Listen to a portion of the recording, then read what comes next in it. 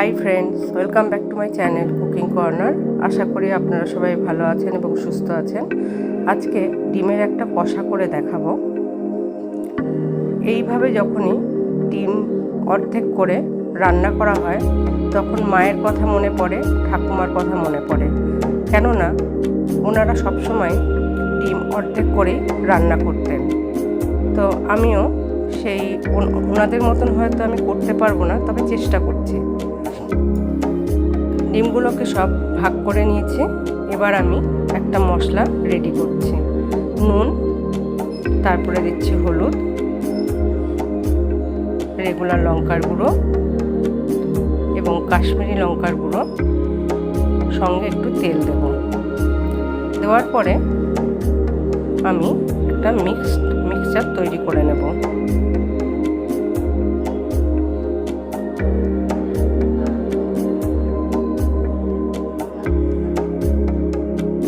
কেননা ওনারা এইভাবে করতেন না, এত সুন্দর করতেন, সেই স্বাদ এখন আর যেভাবেই করি না কেন সেই স্বাদ আর পাওয়া যায় না, অনুভব করা যায় না।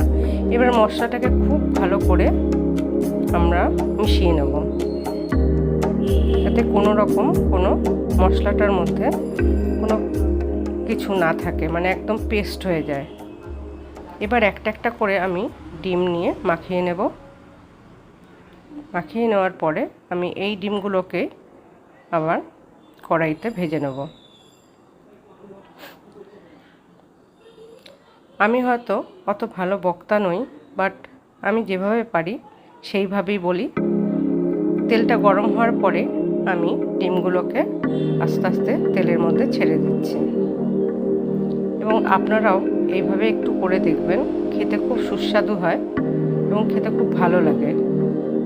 হয়তো পুরোনো দিনের স্বাদ পাওয়া যায় না, কেননা এখন সবই ম্যাক্সিমাম ভেজাল। যাই হোক, আমি এখন একটা একটা করে ভেজে নিচ্ছি এবং একটা পিঠ ভাজা হয়ে গেলে আর একটা পিঠ আমি উল্টিয়েও দেব। ডিমগুলো ভাজা হয়ে গেলে আমি অন্য একটা পাত্রে ট্রান্সফার করে নেব। এর জন্য আমি একটা মশলা রেডি করে রেখেছি। পেঁয়াজ, রসুন, আদা আর টমেটোর একটা পেস্ট রেডি করে রেখে দিয়েছি। ডিমগুলো তুলে নিচ্ছি। এবার এই পেস্টটা আমি দিয়ে দেব।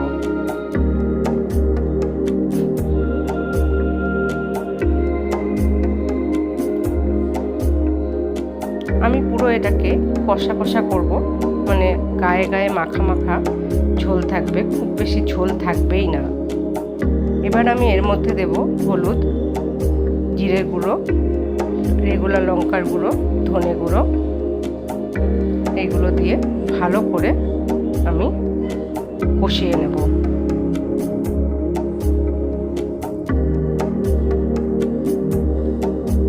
আমি সব মশলাই দিয়ে দিয়েছি। এবার এটাকে কষিয়ে নিচ্ছি। কষানো প্রায় হয়ে গেলে পরেই আমি ডিমগুলোকে আস্তে আস্তে ছেড়ে দেব।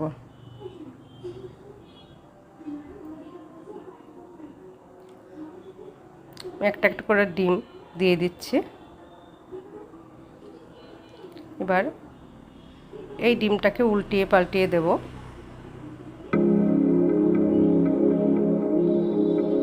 খুব ভালো লাগে খেতে। যদি আপনারা এই পদ্ধতিতে একটু রান্না করে দেখেন, খুবই ভালো লাগবে। পুরো মাখা মাখা হবে। এটা দিয়ে ভুনা খিচুড়ি খুব ভালো লাগে খেতে। তো আমি ভুনা খিচুড়ি করেছি, তাই আমি একটু ডিমের কষাটা করে নিলাম। তো এরপরে নামানোর আগে দেব একটু গরম মশলা। এই গরম মশলাটা আমি বাড়িতেই করেছি। আমি দোকানে গরম মশলা ব্যবহার করি না। মানে বাড়িতে করলে এই গরম মশলার টেস্টই আলাদা হয়। তো এই গরম মশলা কীভাবে করতে হয় ডেসক্রিপশনের লিঙ্কে আমি দিয়ে দেবো। দেখুন পুরো কষা কষা হয়ে গেছে। যদি আমার এই রেসিপিটা আপনাদের ভালো লাগে অবশ্যই লাইক, কমেন্ট, শেয়ার, সাবস্ক্রাইব অবশ্যই করবেন। ধন্যবাদ।